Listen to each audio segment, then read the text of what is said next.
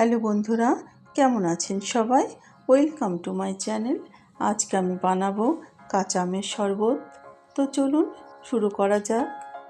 এর জন্য প্রথমে কাঁচা আম স্লাইস করে নিয়েছি, আর নিয়েছি ধনেপাতা, পুদিনা পাতা, নুন, বিট নুন, চিনি, কাঁচা লঙ্কা, জিরে গুঁড়ো আর বরফ।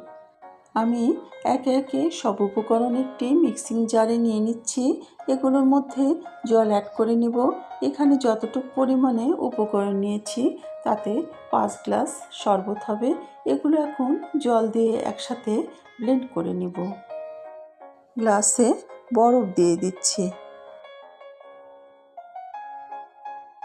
ব্লেন্ড করা হয়ে গেলে এগুলো ছাঁকনি দিয়ে ছেঁকে গ্লাসে ঢেলে নেব।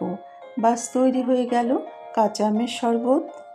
তো বন্ধুরা, ভালো লাগলে লাইক কমেন্ট করুন ও সাবস্ক্রাইব করে বেল আইকনে ক্লিক করুন। আজকের মতো এই পর্যন্ত, দেখা হবে পরের ভিডিওতে।